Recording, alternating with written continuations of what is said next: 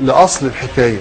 أصل الحكاية إن إحنا مجتمع السلفيين والإخوان من فرط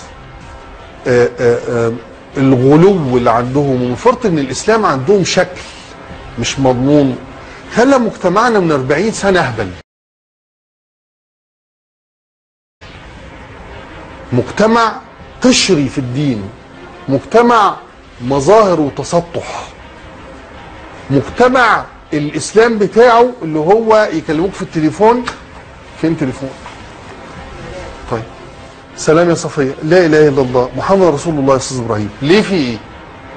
بتاع الميكروباص العربيه الملاكي اللي انت ملازق لي هل صليت على النبي؟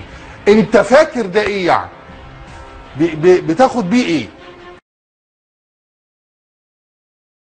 هو انت لما اعمل الملصق ده وانت فرحان قوي قال له هيجيب لك حسنات، بس عشان الرسائل المحمول اللي يبعت لك يقول لك مش عارف قول 70 سبحان الله 70 مره واديها ارسلها لميزه. بطلوا هيافه، بطلوا تفاهه، هذه عقول تافهه فارغه. هتحط لي هل صليت على النبي؟ طب والمسيحيين بقى يقول لك مجد سيدك، نعمل ايه بقى؟